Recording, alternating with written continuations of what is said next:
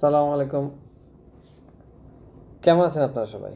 আশা করি সবাই ভালো আছেন। আমি আপনাদেরকে আজকে খুব ক্রিটিক্যাল একটা টপিক নিয়ে কথা বলবো। সেটা হচ্ছে statement of purpose. So statement of purpose হচ্ছে আপনাদের কানাডা স্টুডেন্ট ভিসা অ্যাপ্লিকেশনের জন্য খুব ইম্পর্ট্যান্ট একটা জিনিস। সো যারা ভিসার জন্য অ্যাপ্লাই করবেন তাদের জন্য মনে রাখবেন এটা আপনাকে খুব প্ল্যান করে গুছাই লিখতে হবে। সো এটার উপরে আপনাদের ভিসা অনেকাংশে ডিপেন্ড করে, কারণ হচ্ছে যে যারা জেনুইন স্টুডেন্ট তারা এই স্টেটমেন্ট অফ পারপাসে এই এই যে একটা লেটার আছে এটা দেখার পর ইমিডিয়েট তারা বুঝতে পারে হোয়াট ইজ ইট, মানে এই মানুষটা কি জেনুইন স্টুডেন্ট কিনা এবং সে কি আসলে পড়তে চাচ্ছে কিনা। কারণ এটা প্রত্যেকদিন শয়ে শয়ে হাজারে হাজারে এটা পড়তেছে, তো দেখার সাথে সাথে তাদের এই জিনিসটা একবার সামনে চলে আসে যে সে কি জেনুইন স্টুডেন্ট কিনা। আচ্ছা, তো ফার্স্ট অফ অল আমি ভিডিওটা এক্সপ্লেন করার আগে আমি পুরো ভিডিওটাকে 3 ভাগে ভাগ করেছি। প্রথমে হচ্ছে এটা কি, স্টেটমেন্ট অফ পারপাসটা কি এক্স্যাক্টলি, নাম্বার 1। নাম্বার 2 হচ্ছে কীভাবে আপনি স্টেটমেন্ট অফ পারপাসটা লিখবেন, কীভাবে প্ল্যান করবেন, কী কনস্ট্রাকটিভ ওয়েতে আপনি এটা সাজাবেন, প্লাস আমি যে স্যাম্পল দিয়ে ভিসা পেয়েছি ওইটা আপনাদের সামনে নিয়ে এসে সব কিছু আমার জেনুইনটা যেটা দিয়ে ভিসা হয়েছে ওইটা সামনে নিয়ে এসে আমি আপনাদেরকে গাইড করার চেষ্টা করব। And last but not the least যেটা আমি কথা বলবো সেটা হচ্ছে কী কী জিনিস আপনি করবেন না স্টেটমেন্ট অফ পারপাসে, কোন কোন জিনিস করলে আপনাদের ভুল হবে। So let's get started. তো প্রথমে আপনাদেরকে বলি স্টেটমেন্ট অফ পারপাসটা কি। স্টেটমেন্ট অফ পারপাস হচ্ছে একটা লেটার, যে লেটারটা আপনাকে নিজে নিজে লিখতে হবে। আপনি যখন ভিসার ফাইল সাবমিট করবেন ওটা অনলাইনে করতে পারেন অথবা ভিএফএসে করতে পারেন, ডকুমেন্ট হার্ড কপি সাবমিট যেভাবেই করেন আপনি এই এই জিনিসটা আপনার সবচেয়ে উপরে থাকবে। আপনার যদি ফাইল এত বড় থাকে সবচেয়ে উপরে থাকবে স্টেটমেন্ট অফ পারপাস, অথবা এটাকে বলে লেটার অফ এক্সপ্লেনেশন অথবা স্টাডি প্ল্যান, যেভাবেই আপনি বলেন। সো এটা হচ্ছে আপনার কামন স্টেটমেন্ট অফ পারপাস। আচ্ছা, তারপরে হচ্ছে আপনি এটা করলেন, করার পরে সরি টু মাঝখানে ইন্টারাপশন হইল। আচ্ছা, তারপরে স্টেটমেন্ট অফ পারপাসে আপনি যখন আপনার আপনি যখন লিখবেন, লেখার সময় কিছু জিনিস খেয়াল রাখতে হবে। সেটা হচ্ছে যে আপনি কিভাবে লিখবেন, কই থেকে শুরু করবেন, আর এটা কিন্তু আপনাকে সাজাই করতে হবে। আপনি র্যান্ডম লিখলে কিন্তু হবে না, আর তারপরে জেনাতন করে লিখলে কিন্তু হবে না। এটার উপরে অনেক কিছু ডিপেন্ড করে। কারণ আপনার যদি অগুছালোভাবে লেখা হয় তাহলে এটা আপনার ভিসা রিজেকশন একটা কারণ হয়ে যেতে পারে। আমি বলবো না এটাই সোল এবং প্রাইমারি কারণ আপনার ভিসা রিজেকশন হওয়ার, বাট এটা কিন্তু ওয়ান অফ দ্য রিজন আপনার মানে ভিসাটা রিজেকশন হওয়ার। আচ্ছা, তাহলে আমি এক্সপ্লেন করলাম স্টেটমেন্ট অফ পারপাসটা কি। এত বেশি এক্সপ্লেন করার দরকার নেই, কারণ যারা অ্যাপ্লাই করবেন তারা জানেন স্টেটমেন্ট অফ পারপাস লিখতে হবে। এখন আমি আপনাদেরকে দেখাই আমি যে স্টেটমেন্ট অফ পারপাস দিয়ে আমার ভিসাটা কনফার্ম হয়েছে, সো আমি আপনার সাথে এটা শেয়ার করি। সো এটা হচ্ছে আমার স্টেটমেন্ট অফ পারপাস, যেটা আমি টাইটেল দিয়েছিলাম স্টাডি প্ল্যান। এটা হচ্ছে আমি একবার পুরো পেজটা দেখাই। এটা হচ্ছে আমার স্টাডি প্ল্যান এবং এটা হচ্ছে ফুল স্টাডি প্ল্যান, এবং শুরু করেছি আমি ডিয়ার কনসার্ন দিয়ে এবং শেষ করছি regards MD Ferdous Khan Samuel. কোনো ডেট নেই, কিছু দেওয়া ছিল না, ঠিক আছে।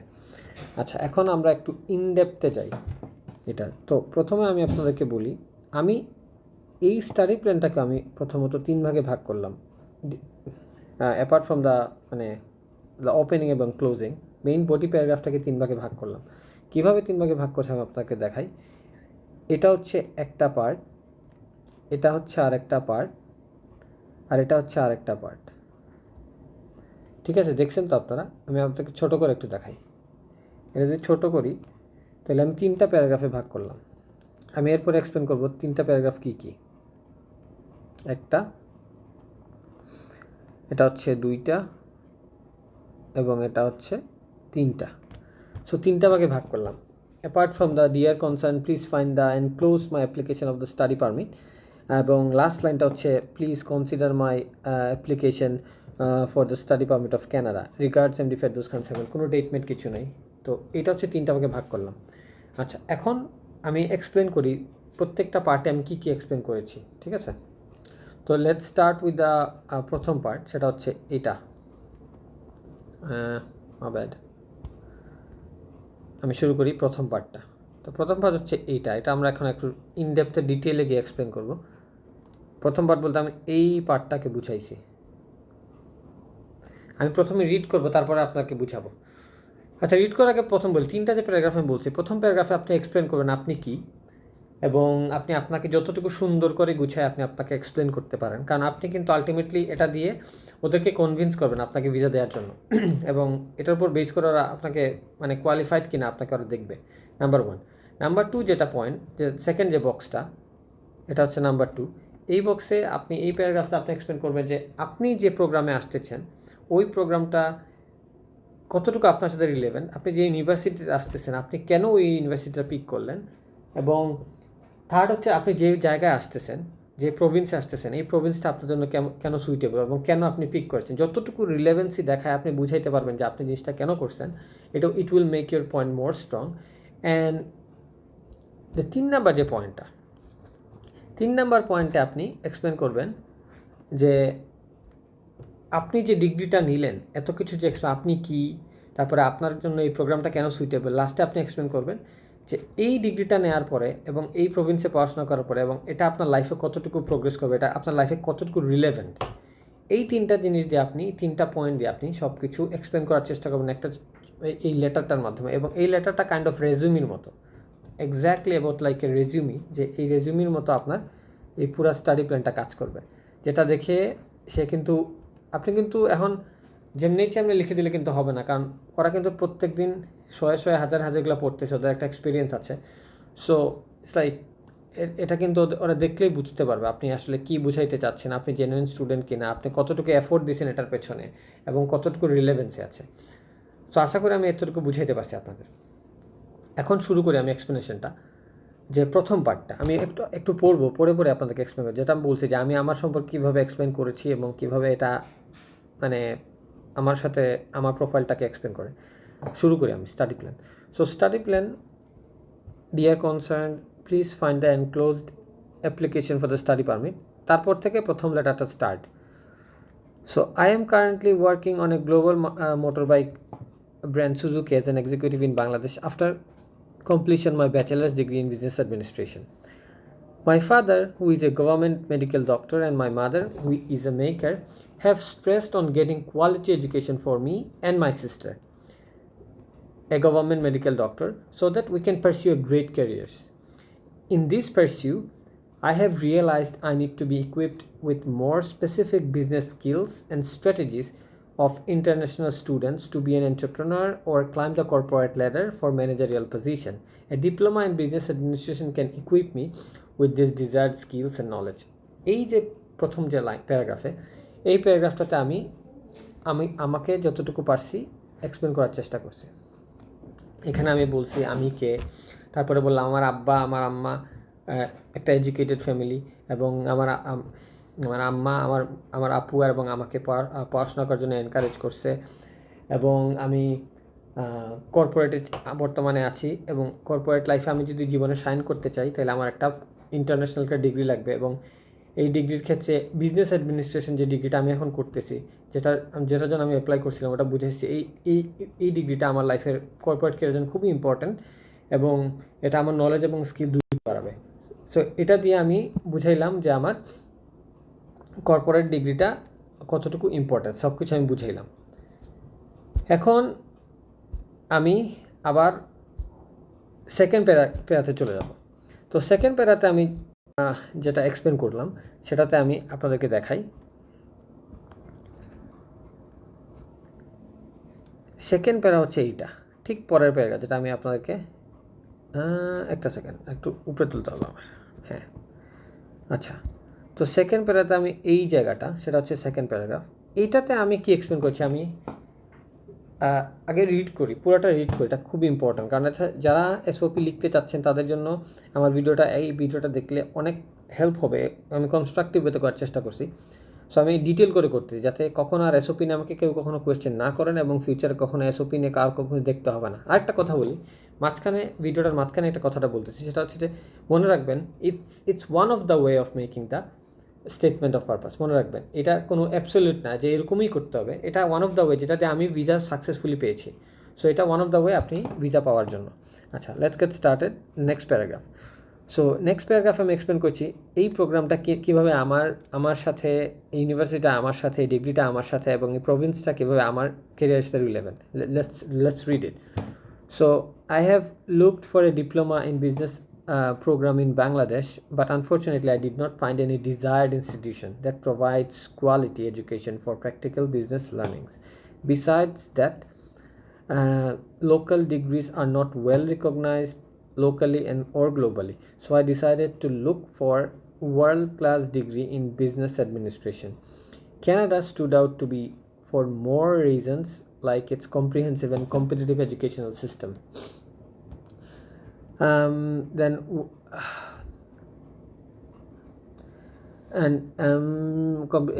worldwide recognition of the degrees and rich and diverse cultural experience and great quality of life. I have got to a chance to study in diploma administration in Mount St. Vincent University, a province that is becoming a business hub and creating most of the competitive and friendly environment for learning business আচ্ছা বড় screen করি হ্যাঁ so I have got a chance to study diploma in business administration in Mount St. Vincent University in Nova Scotia, a province that is becoming a business hub and creating one of the most competitive and friendly environment for business in Canada. Mount St. Vincent is well known for its strong business program and very strong faculty that offers strategic industry connection, hands-on learning and environments and internship opportunities, further strengthening my skills in the business world. So আপনারা আশা করি দেখলেন যে এখানে আমি explain করলাম যে কীভাবে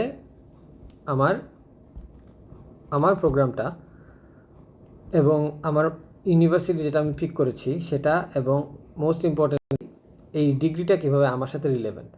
এখন আমি আপনাদেরকে বলি আমি একটু আগে কী এক্সপ্লেন করলাম, সেটা হচ্ছে যে এখানে আমি এক্সপ্লেন করলাম যে প্রথমে আমি এক্সপ্লেন করলাম যে আমি বাংলাদেশে দেখলাম যে আমি ডিপ্লোমা করতে চাচ্ছি, কিন্তু বাংলাদেশে আমি কোনো ভালো কোনো ইউনিভার্সিটি অথবা কোনো প্রোগ্রামে পাই নাই। এটাকে দেখে বুঝাইলাম আমি যেখানে আছি এখানে আমার একটা ডেফিসিয়েন্সি আছে ভালো একটা প্রোগ্রামে দেখাইলাম।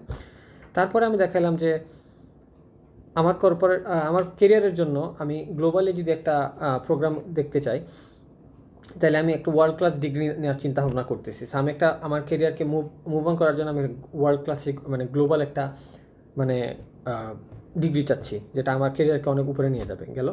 তারপরে আমি দেখলাম যে আসলে সব কিছুর পরে দেখলাম Canada became like come out with like a great opportunity for me. Canada one of the ওদের জন্য বেস্ট, এবং ওরা কীভাবে আপনার জন্য বেস্ট। আচ্ছা দেখাইলেন কানাডা ফ্রম দ্য বেস্ট, এডুকেশনের ক্ষেত্রে ভালো, তারপরে কালচারালি খুব ভালো, ডাইভার্স, মানে ওয়ার্ল্ড ওয়াইড রিকগনিশন আছে ওদের সব। যতটুকু রিলেভেন্সি রাখে, ইরিলেভেন্ট কিছু বলতে পারবে না, বারবার বলতেছি আমি।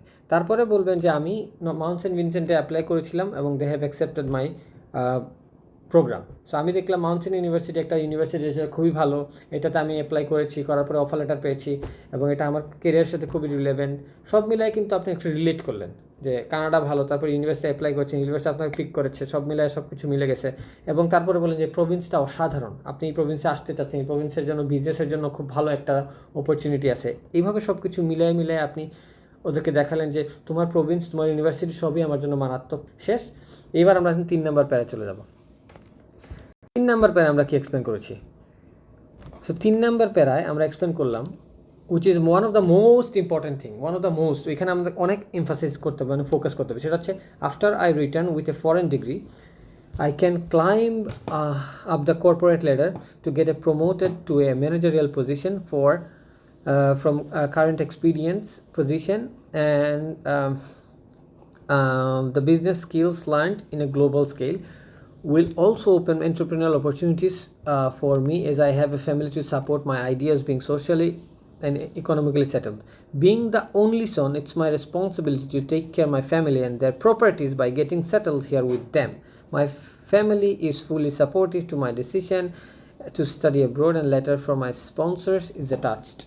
সো দেখেন এখানে আমি কী বললাম, এখানে ফার্স্টে বললাম যে আমি ডেফিনেটলি ব্যাক করবো স্টাডি শেষ করার পরে, এটা খুব ইম্পর্ট্যান্ট। আফটার আই রিটার্ন আপনাকে দেখাইলেন, দেখো আমি আসতেছি শেষ করে।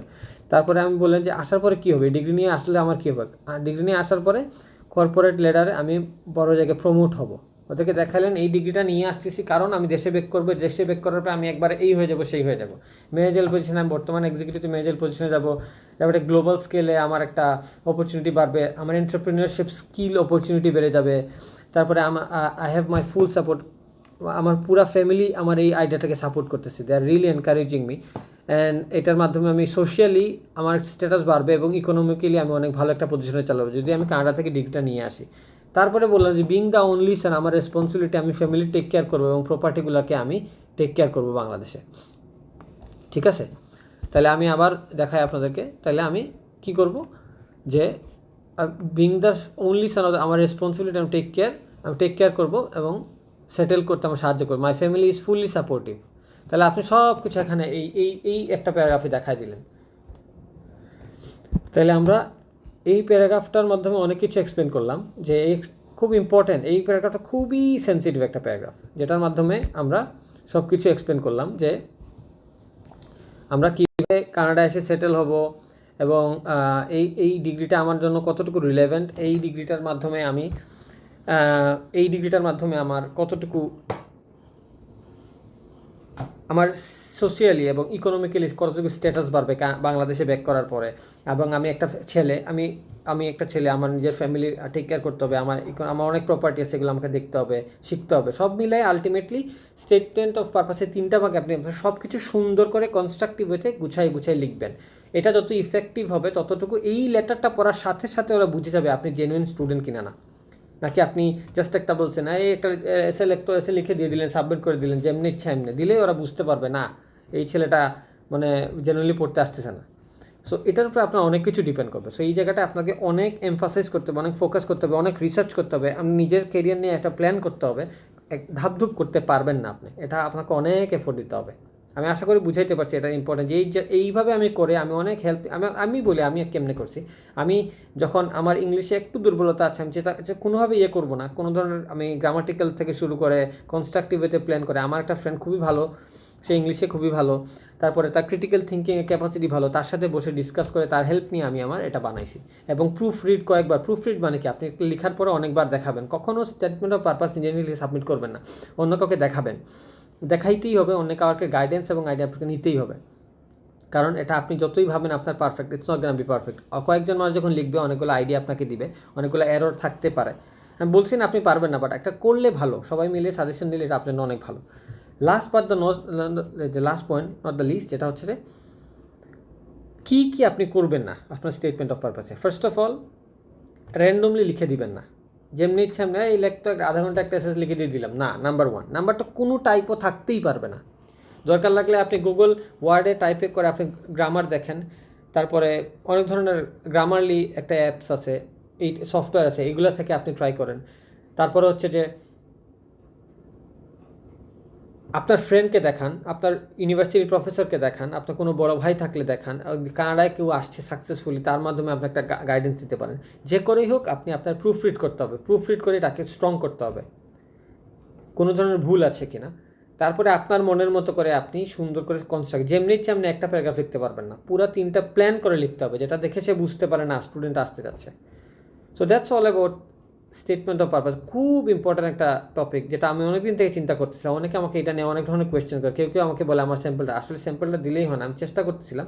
তো আজকে সামহাও বানানো হয়ে গেল, আজকে আমি আপলোড দিয়ে দিব। কারণ অনেকে আমি দেখছি যে অলরেডি যারা অ্যাপ্লাই করতে চাচ্ছেন সেপ্টেম্বর জন্য, এসওপিটা লেখা শুরু করে দিচ্ছেন।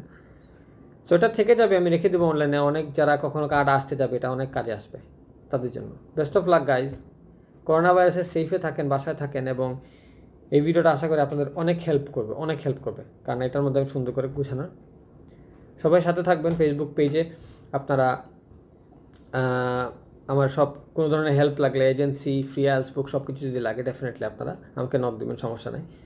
আর হ্যাঁ, সাবস্ক্রাইব তো করবেন ডেফিনেটলি, লাইক দিবেন না বলার কোনো দরকার নেই, কারণ আপনারা আমার সাথেই আছেন, এটা আমার কনফিডেন্ট আছে, এই জন্য আমি আপনাদের জন্য কন্টেন্ট ক্রিয়েট করি। That's all, best of luck everybody.